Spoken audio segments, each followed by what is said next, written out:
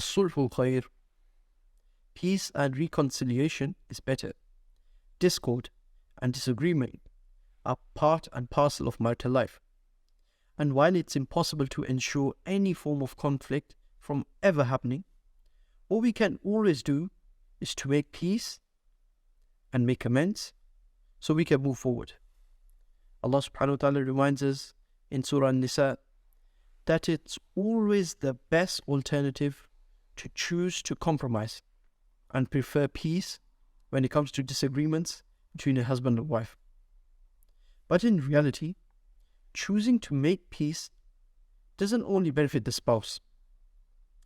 Rather, this principle can potentially help build a community and aid in reforming and restoring it.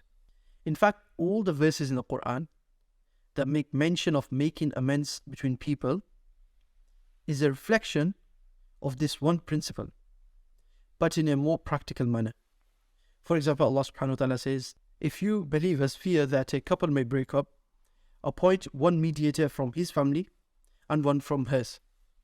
Then if the couple want to put things right, God will bring about a reconciliation between them. He is all-knowing, all-aware. It's not difficult to see how the idea of putting things right is such a universal concept that can be applied to any aspect of life. But we need to appreciate one point, and that is to abide by a commandment of Allah subhanahu wa ta'ala. There are conditions one has to fulfill. In addition to meeting the conditions, we must be aware of things that may prevent us from adhering to the commandment.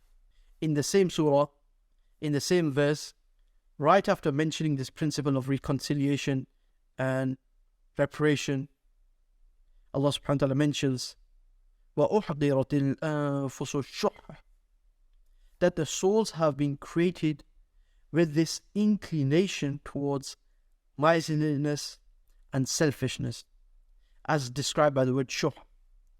And unless we try and rectify ourselves and succeed in purging ourselves of greed and selfishness, it will be difficult for us to desire any form of compromise and reconciliation when there's a need.